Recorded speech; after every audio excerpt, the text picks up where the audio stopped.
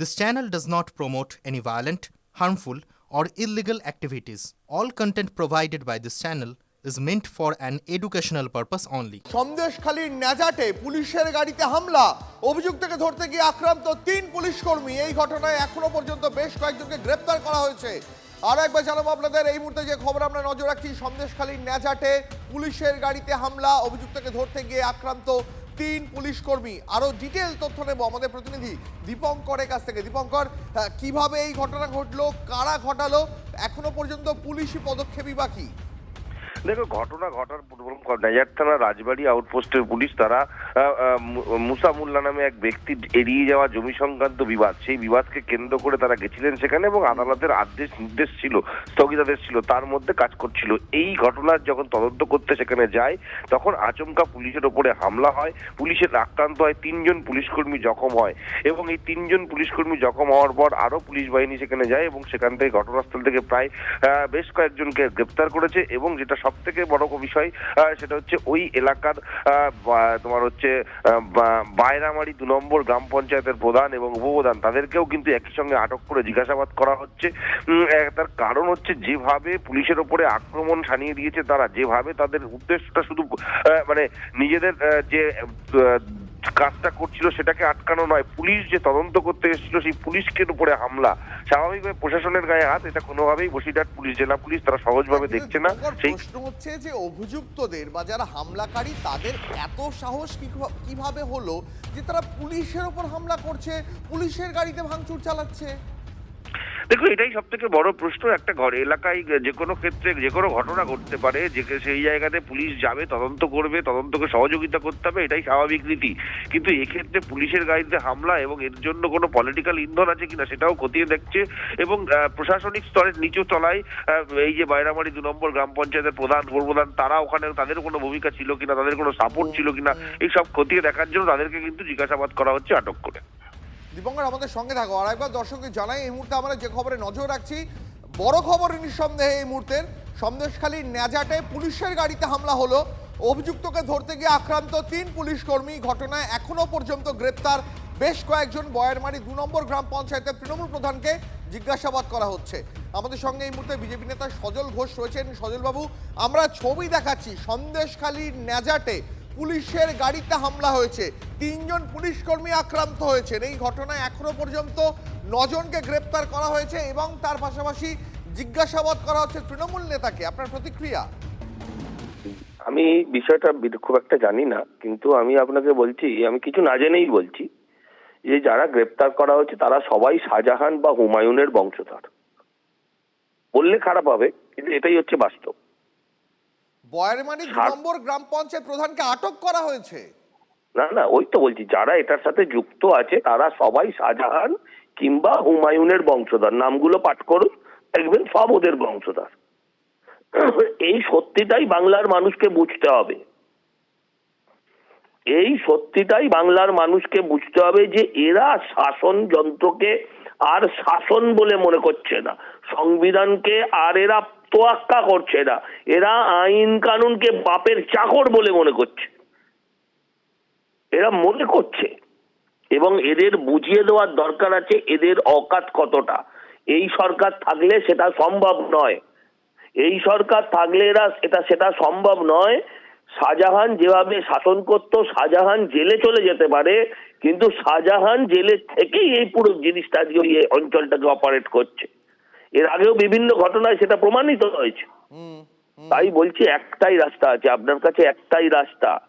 মমতা ব্যানার্জির সেই প্রজেক্টটা মনে করুন, আমার পাড়া আমার সমাধান, আমার পাড়া থেকে, নিজের পাড়া থেকে তৃণমূলটাকে তাড়ান, এছাড়া আর কিচ্ছু উপায় নেই।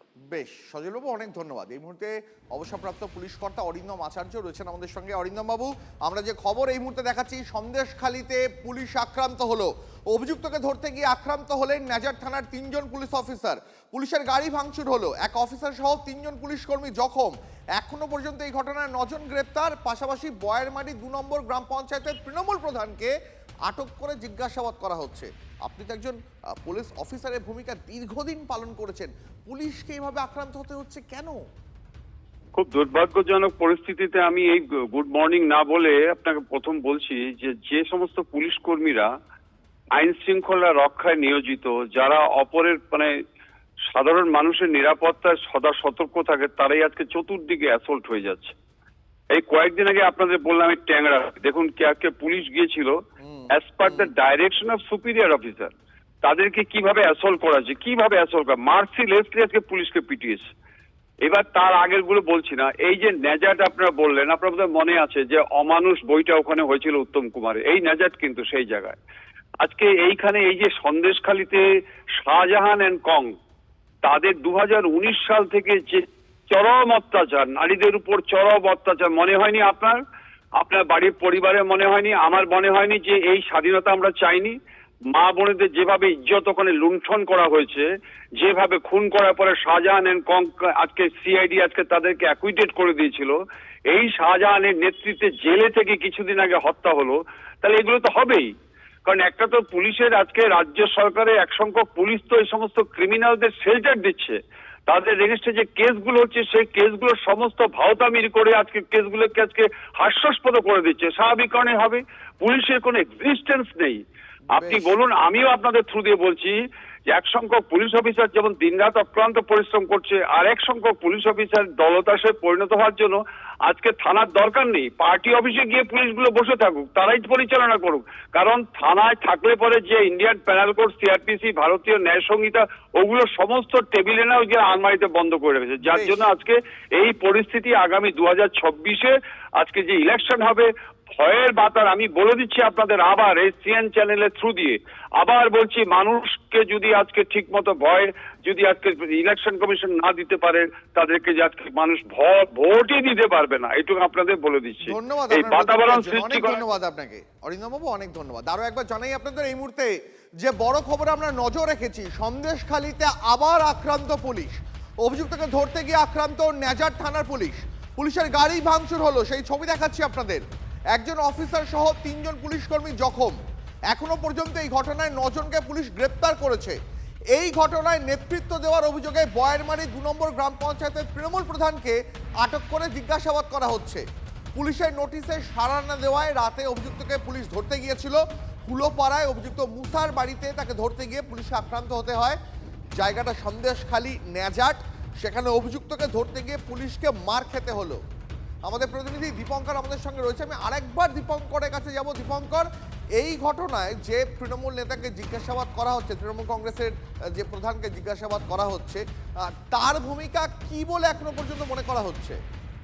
তার ভূমিকা আসলে কি সেটাই জানার চেষ্টা করছে পুলিশ, যে কেন তার কি ভূমিকা ছিল, সে ওই এলাকাতে যে লোকগুলো ছিল সেই লোকগুলোর সঙ্গে তার যোগাযোগ কি ছিল, তিনি কোনোভাবে উস্কেছেন কিনা, বা শাসক দলের প্রধান হওয়ার কারণে তাদেরকে কোনো সাপোর্ট করেছেন কিনা, এই সমস্ত বিষয় খতিয়ে দেখা হচ্ছে। কারণ নেজার রাজবাড়ি আউটপোস্টের পুলিশ এই এবং পুলিশ আধিকারিকরা মুসা মোল্লা নামে এক ব্যক্তির জমি এড়িয়ে যাওয়ার বিবাদ সংক্রান্তকে কেন্দ্র করে হুলোপাড়ায় গেছিলেন। সেখানে ভেরি সংক্রান্ত ব্যাপারে অনেকদিন আগে থেকেই বসিরহাট আদালতের একটা স্থগিতাদেশ ছিল, কিন্তু সেটা তিনি আদালতের নির্দেশ কোনো মতে মানছিলেন না। তারপর নেজার থানার পক্ষ থেকে তাকে নোটিশ করা হয়। তৃণমূল কংগ্রেস নেতা বিধায়ক শওকত মোল্লা রয়েছেন আমাদের সঙ্গে। শওকত বাবু, যে খবর আমরা লাগাতার দেখাচ্ছি, নেজার থানার পুলিশ একজন অভিযুক্তকে ধরতে গিয়ে আক্রান্ত হলো, পুলিশের গাড়ি ভাঙচুর হলো, 3 জন অফিসার জখম হলেন। এখনো পর্যন্ত ঘটনায় 9 জন গ্রেপ্তার করা হয়েছে, জিজ্ঞাসাবাদ করা হচ্ছে বয়েরমারি 2 গ্রাম পঞ্চায়েতের তৃণমূল প্রধানকে। আপনার প্রতিক্রিয়া জানতে চাইব। দেখুন, এ বিষয়ে পুলিশের কাজ করবে, প্রশাসনিকভাবে যা যা ব্যবস্থা গ্রহণ করার, এখানে কোনো রং ঢং কিছু নয়। পুলিশের গায়ে যদি কেউ হাত দেয়, পুলিশকে যে অসম্মান করে, তার বিরুদ্ধে পুলিশ যা যা ব্যবস্থা নেওয়ার নেবে। কিন্তু শওকত বাবু, প্রশ্ন হচ্ছে বারবার সন্দেশখালী কেন? কখনো কেন্দ্রীয় তদন্তকারী সংস্থার আধিকারিকরা, কখনো পুলিশ, কেন নেজাটে বারবার আক্রান্ত হচ্ছে? এই কাজ যারা করছে তারা ঠিক করছে না। নিশ্চিতভাবে আইনগত যা যা ব্যবস্থা আছে, মানে প্রশাসন সেভাবে আইনগতভাবে স্ট্রংলি ব্যবস্থা নেওয়া উচিত বলে আমি মনে করি। শওকত বাবু, তৃণমূলের প্রধানকে আটক করে জিজ্ঞাসাবাদ করা হচ্ছে, তার ভূমিকা এখন স্ক্যানারে। শুনুন, আইন সবার জন্য সমান। আইন দেশের প্রধানমন্ত্রী যেমন, আর দেশের একজন সাধারণ নাগরিক তেমন। ফলে নিশ্চিতভাবে পুলিশ যদি মনে করে কোনো প্রধানকে, কোনো সভাপতিকে ডেকে, এমএলএ কে ডেকে জিজ্ঞাসা করবে, করতেই পারে, এক্ষেত্রে কোনো বাধ্যবাধকতা নেই।